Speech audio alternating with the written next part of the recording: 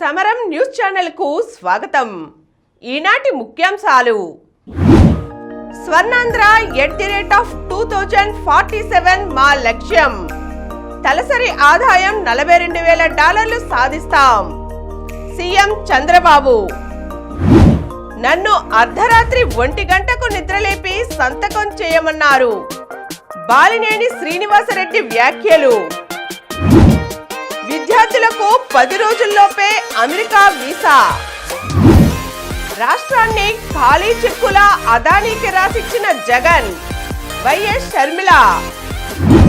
4 తుపాకులతో పట్టుబడ్డ నంద్యాల వైకాపా నేత. జమిలి వచ్చిన రాష్ట్రంలో 2029లోనే ఎన్నికలు. మాతృభాష పరిరక్షణ మన ఇంటి నుంచే ప్రారంభం కావాలి. మాజీ ఉపరాష్ట్రపతి వెంకయ్య నాయుడు. చనిపోయినట్లు వైద్యులు ప్రకటించిన వ్యక్తి చితిపై స్పృహలోకొచ్చాడు. ఆరోగ్యకర వృద్ధాప్యానికై సమగ్ర ప్రోటీన్ అట్లాస్. రోజువారీ నడకలో అడుగులు లెక్క పెట్టండి. ఈరోజు వార్తలను చూద్దాం. స్వర్ణాంధ్ర @2047 మా లక్ష్యం. రాష్ట్రంలో అందరికీ ఆరోగ్యం, సంపద, సంతోషం స్వర్ణాంధ్ర 2047 లక్ష్యమని ముఖ్యమంత్రి చంద్రబాబు అన్నారు. ఉద్యోగ ఉపాధి కల్పనతో పాటు రైతుల ఆదాయాన్ని పెంచుతామని, మహిళల ఆర్థికాభివృద్ధికి కృషి చేస్తామని హామీ ఇచ్చారు. రవాణా రంగంలో సౌకర్యాల కల్పన, గ్రీన్ ఎనర్జీకి ప్రాధాన్యం ఇస్తామని అన్నారు. శాసనసభలో శుక్రవారం ఆయన స్వర్ణాంధ్ర 2047 లక్ష్యాలను పవర్ పాయింట్ ప్రజెంటేషన్ ద్వారా వివరించారు. నాయకత్వం, నాయకుడు, ప్రభుత్వంపై నమ్మకం ఉంటే పెట్టుబడులు వస్తాయి. ఇప్పటికే వరద మొదలైంది. 2047 నాటికి తలసరి ఆదాయంలో దేశంలోనే ఏపీ నెంబర్ 1 కావాలని వివరించారు. ప్రజలు కూడా తమ కుటుంబం 2047 నాటికి ఎలా ఉండాలో ఒక ఆలోచన చెయ్యాలని, విజన్ తయారు చేసుకోవాలని కోరారు. నన్ను అర్ధరాత్రి 1 గంటకు నిద్రలేపి సంతకం చేయమన్నారు. నాకు మాత్రం ఏం తెలుసు, సెకీతో ఒప్పందం వెనుక అంత దాగి ఉందని. 1 గంటకు నిద్రలేపి దస్త్రంపై సంతకం చేయమన్నారు. అంత పెద్ద ఒప్పందంపై నాతో చర్చించకుండా సంతకం చేయమంటున్నారంటే ఏదో మతలబు ఉందనిపించింది. అందుకే సంతకం చేయనన్నాను. మర్నాడు మంత్రివర్గ సమావేశంలో దాన్ని పెట్టి ఆమోదింపచేశారు. వాళ్ళ మాటలు విని అప్పట్లో సంతకం పెడితే ఇప్పుడు పరిస్థితి ఎలా ఉండేదో అని జగన్ ప్రభుత్వంలో విద్యుత్ శాఖ మంత్రిగా పనిచేసిన బాలినేని శ్రీనివాసరెడ్డి వ్యాఖ్యానించారు. సెకీ కుంభకోణం, జగన్కు అదానీ ముడుపుల వ్యవహారం వెలుగులోకి రావడంతో అప్పట్లో ఏం జరిగిందో బాలినేని వివరించారు. మంత్రిగా నా నిర్ణయాలతో సంబంధం లేకుండానే అంతా జరిగిపోయింది. అలాంటి ఒప్పందాల గురించి ప్రభుత్వ పెద్దలు నాకెందుకు చెబుతారు? అడపాదడపా శ్రీకాంత్ వచ్చి సెకీతో ఒప్పందం అని చర్చించేవారు. పూర్తి వివరాలు ఎప్పుడూ చెప్పలేదు. సంబంధిత మంత్రినైనా ఒక్కచోట నేను సంతకం చేయలేదు. మర్నాడు కేబినెట్ సమావేశం ఉండగా అర్ధరాత్రి 1 గంటకు శ్రీకాంత్ ఫోన్ చేసి సెకీతో ఒప్పందం దస్త్రంపై సంతకం చేయాలన్నారు. పూర్తి వివరాలు తెలుసుకోకుండా ఎలా సంతకం పెడతామని నా పిఎస్ అంతకు ముందే అప్రమత్తం చేశారు. దాంతో నేను నిరాకరించానని వివరించారు. విద్యార్థులకు 10 రోజుల్లోపే అమెరికా వీసా. అమెరికా వచ్చే విద్యార్థులకు వీసాలపై ఎలాంటి పరిమితి లేదని, ఎంతమంది వచ్చినా స్వాగతిస్తామని హైదరాబాద్లోని అమెరికా కాన్సులేట్లో కాన్సులర్ చీఫ్ రెబెకా డ్రామే చెప్పారు. రాష్ట్రంలో పర్యటిస్తున్న ఆమె మాట్లాడుతూ, చదువు కోసం మొదటిసారి అమెరికా వస్తున్న విద్యార్థుల వీసాలు క్లియర్ చేయడానికి అత్యధిక ప్రాధాన్యమిస్తున్నాం. వారికి వెయిటింగ్ సమయం 10 రోజులకు మించకూడదన్నది మా లక్ష్యమని అన్నారు. బానిసత్వం నుంచి వికసిత్ భారత్ దిశగా కదులుతున్నాం. భారత్ గొప్ప సంస్కృతి, సాంప్రదాయాలు కలిగిన దేశమని, విదేశీ శక్తులు శతాబ్దాలుగా మనపై జులుం ప్రదర్శించి సంస్కృతిని, భాషను, సాంప్రదాయాలను, ఆచార వ్యవహారాలను విధ్వంసం చేశాయని, మళ్ళీ బానిస భావనల నుంచి ఇప్పుడు బయటపడుతూ వికసిత్ భారత్గా ఎదుగుతున్నామని రాష్ట్రపతి ద్రౌపది ముర్ము పేర్కొన్నారు. శుక్రవారం హైదరాబాద్ మాదాపూర్లో శిల్పకళా వేదికలో లోక్ మంథన్ 2024 కార్యక్రమానికి రాష్ట్రపతి ముఖ్య అతిథిగా హాజరయ్యారు. వేదికపై గవర్నర్ జిష్ణుదేవ్, కేంద్ర మంత్రి కిషన్ రెడ్డి, రాష్ట్ర మంత్రి Seethakka, RSS chief Mohan Bhagwat, Prajna Bharati chairman Tripuraneni Hanuman చౌదరిలతో కలిసి రాష్ట్రపతి ముర్ము తొలుత జ్యోతి ప్రజ్వలన చేశారు. అనంతరం ఆమె ప్రసంగిస్తూ, మన దేశ సంస్కృతి, ఆచార వ్యవహారాలు ఘనమైనవి. భిన్నత్వంలో ఏకత్వం గురించి మాట్లాడటమే కాదు, ఆచరించడము మన గొప్పదనం అన్నారు. మహారాష్ట్ర, జార్ఖండ్ ఎన్నికల ఫలితాలు నేడే. మహారాష్ట్రలో బీజేపీ నేతృత్వంలోని మహాయుతి కూటమి సెంచరీ మార్క్ కొట్టేసింది. 220కు పైగా స్థానాల దిశగా కూటమి దూసుకువచ్చింది. ఇక జార్ఖండ్లో ప్రస్తుతానికి జార్ఖండ్ ముక్తి మోర్చా 56 స్థానాల్లోనూ, బీజేపీ కూటమి 24 స్థానాలు, ఇతరులు 1 స్థానంలోనూ విజయం సాధించారు. ఈ 2 రాష్ట్రాల్లోనూ తిరిగి అధికార కూటములకే ఓటర్లు పట్టం కట్టారు. వీటితో పాటు కాంగ్రెస్కు అత్యంత ప్రతిష్టాత్మకంగా మారిన కేరళలోని వైనాడ్ లోక్సభ ప్రియాంక గాంధీ పోటీ చేసిన సంగతి తెలిసిందే. ప్రియాంక ఇప్పటికే 4 లక్షలకు పైగా మెజారిటీతో గెలుపు ఖరారు చేసుకున్నారు. రాష్ట్రాన్ని ఖాళీ చిక్కుల అదానీకి రాసిచ్చిన జగన్.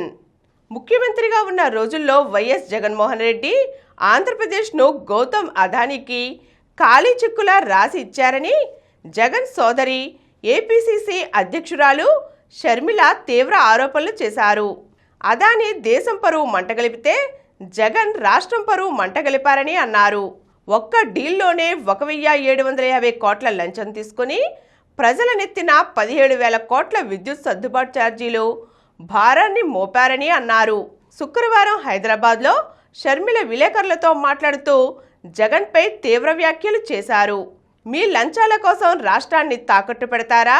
అదానీ గుజరాత్కు యూనిట్ విద్యుత్ను ₹1.99 అమ్ముతూ ఏపీలో మాత్రం ₹2.49 అమ్మేలా ఒప్పందం చేసుకుంటారా? అదానికి 1,00,000 కోట్లు దోచిపెట్టి మీరు తీసుకునే లంచం ఎంత అని షర్మిల ప్రశ్నల వర్షం కురిపించారు. 4 తుపాకులతో పట్టుబడ్డ నంద్యాల వైకాపా నేత. మారణాయుధాలు కలిగి ఉండడంతో పాటు ఓ వ్యక్తి హత్యకు కుట్ర పన్నిన కేసులో తెలంగాణలోని ఆదిలాబాద్ పోలీసులు నంద్యాల జిల్లా సున్నిపెంటకు చెందిన వైకాపా నేత వట్టి వెంకటరెడ్డి, అదే గ్రామానికి చెందిన దిలీప్, హిమకాంత్ రెడ్డితో పాటుగా నకరేకల్కు చెందిన ప్రసన్నరాజులను అరెస్టు చేయడం సంచలనం సృష్టిస్తోంది. వెంకటరెడ్డి శ్రీశైలం మాజీ ఎమ్మెల్యే శిల్పా చక్రపాణిరెడ్డికి ప్రధాన అనుచరుడిగా ఉంటూ సున్నిపెంటలో పార్టీ వ్యవహారాలు నిర్వహిస్తున్నారు. ఆయన మాజీ మావోయిస్టు అని, జనశక్తి పార్టీలో రాష్ట్ర నేతగా కొనసాగారని పలువురికి అవగాహన ఉంది. అయితే ఆయనపై 3 హత్య కేసులు, 1 హత్యాయత్నం కేసు, 2 టాడా కేసులు సహా మొత్తం 10 కేసులు ఉన్నట్లు ఆదిలాబాద్ పోలీసులు నిర్ధారించడంతో అందరూ ఆశ్చర్యపోతున్నారు. ఈయన తనపై ప్రతీకారం తీర్చుకోవడానికి అవకాశం ఉన్నవారిని ముందుగానే మట్టుబెట్టాలన్న ఆలోచనతో 4 రివాల్వర్లు, 8 మ్యాగజైన్లు, 18 రౌండ్ల బుల్లెట్లు కొన్నట్లుగా ఆదిలాబాద్ పోలీసులు గుర్తించారు. పవన్ను ఆలింగనం చేసుకున్న బొత్స. అసెంబ్లీ ఆవరణలో శుక్రవారం ఆసక్తికర సంఘటన చోటు చేసుకుంది. ప్రధాన ద్వారం వద్ద ఉప ముఖ్యమంత్రి పవన్ కళ్యాణ్ కారు ఎక్కుతుండగా అసెంబ్లీ మీడియా పాయింట్ వైపు వైకాపా ఎమ్మెల్సీ, శాసనమండలిలో ప్రతిపక్ష నేత బొత్స సత్యనారాయణ కనిపించారు. పవన్ను చూసి బొత్స నవ్వుతూ చెయ్యి ఎత్తి అభివాదం చేశారు. పవన్ ప్రతిస్పందిస్తూ అభివాదం చేశారు. కారు ఎక్కకుండా పవన్ వస్తుండగా ఎదురుగా బొత్స నడిచారు. ఇద్దరు కరచాలనం ఆలింగనం చేసుకుని మర్యాదపూర్వకంగా పలకరించుకున్నారు. జమిలి వచ్చిన రాష్ట్రంలో 2029లోనే ఎన్నికలు. దేశంలో జమిలి వచ్చిన రాష్ట్రంలో మాత్రం షెడ్యూల్ ప్రకారం 2029లోనే సాధారణ ఎన్నికలు ఉంటాయి. ముందస్తు ఎన్నికలేవీ ఉండవని ముఖ్యమంత్రి చంద్రబాబు స్పష్టం చేశారు. శుక్రవారం అసెంబ్లీలో తన కార్యాలయం వద్ద విలేకరులతో ఇష్టాగోష్ఠిగా మాట్లాడారు. విజన్ డాక్యుమెంట్ 2047 అమలుపై నిరంతర పర్యవేక్షణ, సమీక్ష ఉంటుంది. ఆ లక్ష్యాలను సాధించేందుకు నెలవారీ త్రైమాసిక ప్రణాళికలు రూపొందించుకొని వాటిని పూర్తి చేసేలా కార్యాచరణను అమలు చేస్తాం. విజన్ లక్ష్య సాధన కోసం ఆర్థిక వనరుల సమీకరణకు కూడా వినూత్న పందా అమలు చేయబోతున్నామని తెలిపారు. చనిపోయినట్లు వైద్యులు ప్రకటించిన వ్యక్తి చితిపై స్పృహలోకొచ్చాడు. చనిపోయినట్లు వైద్యులు నిర్ధారించిన ఓ వ్యక్తి అంత్యక్రియలకు ముందు స్పృహలోకి వచ్చిన ఘటన రాజస్థాన్లోని జుంజున్లో వెలుగు చూసింది. అయినా అతడు కొద్ది గంటలకే ప్రాణాలు కోల్పోయాడు. ఈ ఘటనలో 3 వైద్యులను అధికారులు సస్పెండ్ చేశారు. పోలీసుల కథనం ప్రకారం రోహితాష్ కుమార్ బదిరుడు. అతడికి కుటుంబం లేదు. కొన్నేళ్లుగా ఒక షెల్టర్ హోమ్ లో ఉంటున్నాడు. గురువారం అతడు అపస్మారక స్థితిలోకి జారుకున్నాడు. వెంటనే అతన్ని స్థానిక బీడీకే ఆసుపత్రికి తరలించి అత్యవసర వార్డులో చికిత్స అందించారు. వైద్యానికి స్పందించడం లేదని మొదట చెప్పిన వైద్యులు ఆ తరువాత మధ్యాహ్నం 2 గంటల సమయంలో మరణించినట్లు ప్రకటించారు. అతడి దేహాన్ని 2 గంటల పాటు మార్చురీలో ఉంచారు. పోలీసుల పంచనామా అనంతరం దేహాన్ని స్థానిక శ్మశానానికి తరలించారు. చితిపై ఉంచాక రోహితాష్ ఒక్కసారిగా శ్వాస తీసుకోవడాన్ని కొందరు గమనించారు. వెంటనే అంబులెన్స్ రప్పించి అతడిని తిరిగి బీడీకే ఆసుపత్రికి తీసుకువెళ్లారు. మెరుగైన చికిత్స కోసం శుక్రవారం అతడిని జైపూర్కు తరలిస్తుండగా దారిలో మృతి చెందాడు. బాధితుడికి సరైన వైద్యం అందించడంలో నిర్లక్ష్యం వహించారన్న కారణంతో ముఖ్య వైద్యాధికారి సహా 3 డాక్టర్లను జిల్లా కలెక్టర్ సస్పెండ్ చేశారు. ఆరోగ్యకర వృద్ధాప్యానికై సమగ్ర ప్రోటీన్ అట్లాస్. ప్రపంచవ్యాప్తంగా వృద్ధుల సంఖ్య పెరుగుతున్న నేపథ్యంలో వార్ధక్యంతో వచ్చే ఆరోగ్య సమస్యల నివారణకు ప్రాధాన్యం పెరిగింది. ఇందుకు విస్తృతంగా పరిశోధనలు, అధ్యయనాలు జరుగుతున్నాయి. దీర్ఘకాల వ్యాధుల తాకిడి లేని వార్ధక్యాన్ని అందించేందుకు కృషి జరుగుతోంది. ఇందుకోసం వయసు మీద పడే క్రమంలో శరీరంలో పరమాణు స్థాయిలో జరిగే మార్పులను విశ్లేషించవలసి ఉంటుందని శాస్త్రవేత్తలు తెలిపారు. తద్వారా వార్ధక్యంతో ముడిపడ్డ అంశాలను నిర్దిష్టంగా గుర్తించడానికి, వయసు మీద పడ్డాక వచ్చే రుగ్మతలను నివారించడానికి వీలవుతుందని అంటున్నారు. గతంలో జరిగిన ఒక పరిశోధనలో ప్రధాన కణజాలాల్లో జరిగే మార్పులతో ఒక అట్లాస్ను శాస్త్రవేత్తలు రూపొందించారు. అయితే వార్ధక్యంతో ముడిపడ్డ ప్రోటీన్లలో వచ్చే మార్పులపై అట్లాస్ను ఇప్పుడు సిద్ధం చేయాలని శాస్త్రవేత్తలు కృషి చేస్తున్నారు. దీనికి మౌస్ ఏజింగ్ ప్రోటియోమిక్ అట్లాస్ అని పేరు పెట్టారు. 6, 15, 24, 30 నెలల ఎలుకల మెదడు, రక్తనాళం, గుండె, మూత్రపిండం, కాలేయం, ఊపిరితిత్తులు, ఎముక కండరాలు, చర్మ కణజాలంలోని ప్రోటియోమ్లు, ట్రాన్స్క్రిప్టోమ్లను విశ్లేషించడం ద్వారా దీన్ని రూపొందించడం జరుగుతోంది. దీని సాయంతో ప్రధాన కణజాలాల్లో వార్ధక్యం కారణంగా ప్రభావితమయ్యే ప్రోటీన్ సమూహాల లక్షణాలను విశ్లేషించడం సాధ్యమవుతుందని వారు పేర్కొంటున్నారు. మాతృభాష పరిరక్షణ మన ఇంటి నుంచే ప్రారంభం కావాలి. మాతృభాష పరిరక్షణ ఉద్యమం మన ఇంటి నుంచే ప్రారంభం కావాలని, ప్రతి ఒక్కరూ ఇళ్లలో కుటుంబ సభ్యులతో మాతృభాషలో మాట్లాడటానికే ప్రాధాన్యం ఇవ్వాలని మాజీ ఉపరాష్ట్రపతి ఎం వెంకయ్యనాయుడు పిలుపునిచ్చారు. Vanguri foundation of America, Andhra Kalavedika Qatar ఆధ్వర్యాన శుక్రవారం దోహాలో జరిగిన 9వ ప్రపంచ తెలుగు సాహితీ సదస్సు ప్రారంభోత్సవ కార్యక్రమంలో ఆయన మాట్లాడారు. మాతృమూర్తి, మాతృభూమి, మాతృభాషలే మన అస్తిత్వం. తల్లిదండ్రులు పిల్లలకు మాతృభాషలోని సాహిత్యం, సంస్కృతిని పరిచయం చేయాలి. సృజనాత్మకత, మానవీయ విలువలు, సామాజిక చైతన్యానికి పెద్దపీట వేసే రచనలు రావాలి. ఒక దేశ వైభవాన్ని అక్కడి సాహిత్యం ప్రతిబింబిస్తుంది. ఆముక్తమాల్యద వంటి గ్రంథాలలో సాహితీ విలువలతో పాటు చారిత్రక అంశాలు, మానవీయ విలువలు ఉన్నాయి. తెలుగు సాహితీ చరిత్రను క్షుణ్ణంగా అధ్యయనం చేస్తే తెలుగువారి చరిత్రను సమగ్రంగా తెలుసుకోవడం సాధ్యమవుతుంది. తెలుగు సాహిత్యాన్ని ఓటీటీ ద్వారా ఈ తరం యువతకు పరిచయం చేయడానికి కళాకారులు, సాహితీ సంస్థలు ప్రయత్నించాలి అని ఆయన పేర్కొన్నారు. తొలి టెస్టులో భారత్దే పైచేయి. బోర్డర్ గవాస్కర్ ట్రోఫీ హోరాహోరీగా మొదలైంది. సిరీస్ తొలి రోజు బౌలర్లు వికెట్ల పంట పండించుకున్నారు. ఒక్క రోజులో ఏకంగా 17 వికెట్లు నేలకూలాయి. టాస్ గెలిచి ముందుగా బ్యాటింగ్ చేసిన భారత్ హేజిల్వుడ్ 4, స్టార్క్ 2 వికెట్లు, మార్ష్ 2 వికెట్లు తీయడంతో 49.4 ఓవర్లలో 150 పరుగులకే కుప్పకూలింది. ఈ మ్యాచ్తోనే టెస్ట్ అరంగేట్రం చేసిన నితీష్ కుమార్ రెడ్డి 59 బంతుల్లో 41, wicket keeper batter Rishabh Pant 78 బంతుల్లో 37 పోరాటంతో భారత్ ఆమాత్రమైన స్కోర్ చేయగలిగింది. అనంతరం కెప్టెన్ బుమ్రా 4 వికెట్లు తీస్తూ నిప్పులు చెరిగే బంతులతో ఆసీస్ బ్యాటర్లకు చుక్కలు చూపించాడు. సిరాజ్ 2 వికెట్లు, అరంగేట్ర బౌలర్ హర్షిత్ రాణా 1 వికెట్ కూడా తోడవడంతో ఆసీస్ తొలి రోజు చివరికి 7 వికెట్ల నష్టానికి 67 పరుగులతో పీకల్లోతు కష్టాల్లో పడింది. కేరీ 19, స్టార్క్ 6 పరుగులతో క్రీజ్లో ఉన్నారు. భారత్తో తొలి టెస్టు తొలి ఇన్నింగ్స్లో ఆస్ట్రేలియా 104 పరుగులకే కుప్పకూలింది. ఓవర్ నెట్ స్కోర్ 67/7తో రెండో రోజు ఆట ప్రారంభించిన ఆ జట్టు 37 రన్స్ మాత్రమే జోడించి ఆలౌట్ అయింది.